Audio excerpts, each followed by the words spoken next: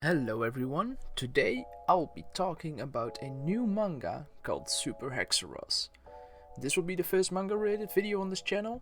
If you like this video and want to see more manga discussion videos, leave a like and let me know in the comments.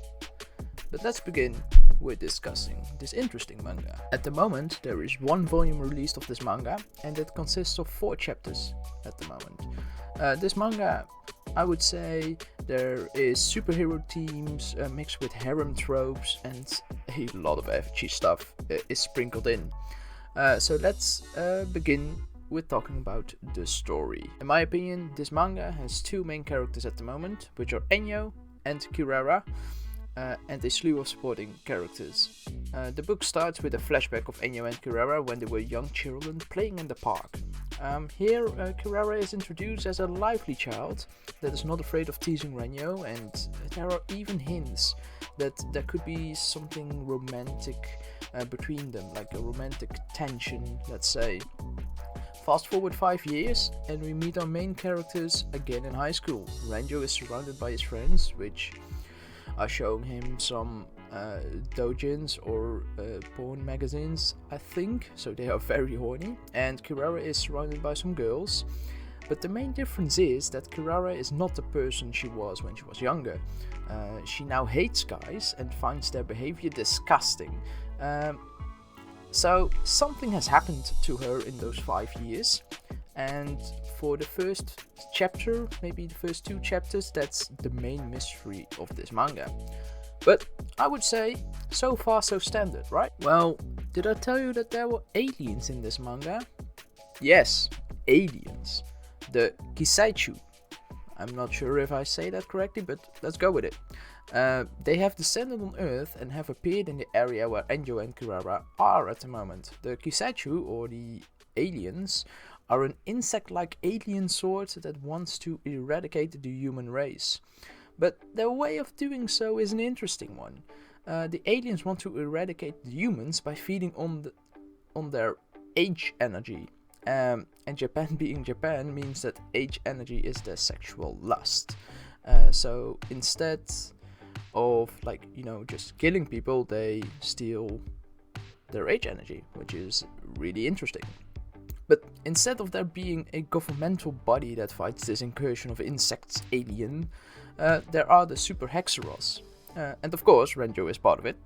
The Super Hxeros is the superhero group I was mentioning earlier in the video. And they use their H energy to do some crazy stuff. Like, they have a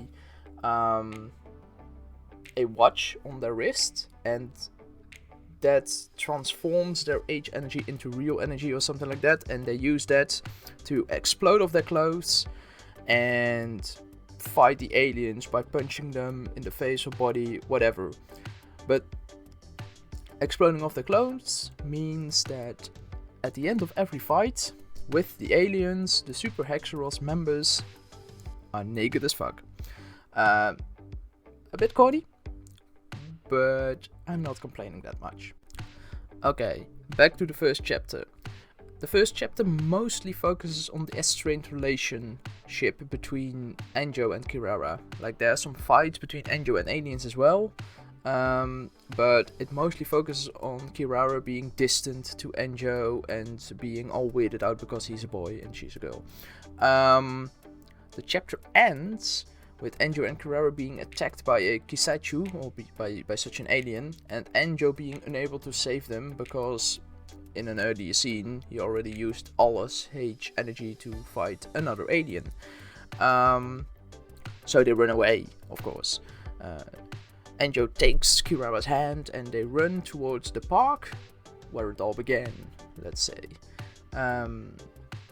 Luckily, by grabbing Kirara's hand, he unlocked something in her heart, or unlocked the memories that she was missing, and that brings back a lot of H energy, so she's getting pretty heated up, let's say. And by doing that, Enjo can use that H energy, and they both explode into a happy fireball of a lot of H energy, and get naked. that's pretty much it. And after they get naked and be really awkward with one another for quite some time, the rest of the Super Hxeros show up. 3 cute girls, of course, because it's a harem manga. And they want to recruit Kirara because they saw how powerful she is. And so ends chapter 1, to be honest. It took me some time to explain, not gonna lie. And for the video's sake and for my own sanity's sake, I will be a bit quicker for chapter 2, 3 and 4.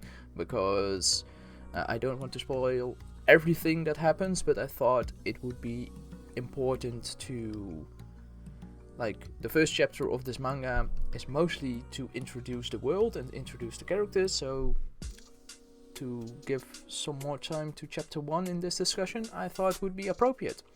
So yeah, let's go to chapter 2. So chapter 2 is quite simple and straightforward, to be honest. First you get introduced the other 3 girls living with Renjo in their harem house, or in their H quarters. And it's of course in the most harem-y way possible. Lots of loot stuff, and the rest of the chapter focus on Kirara and the will she won't she join the Super Hxeros. There's even flashbacks that really enforce that she should join because she's quite haughty.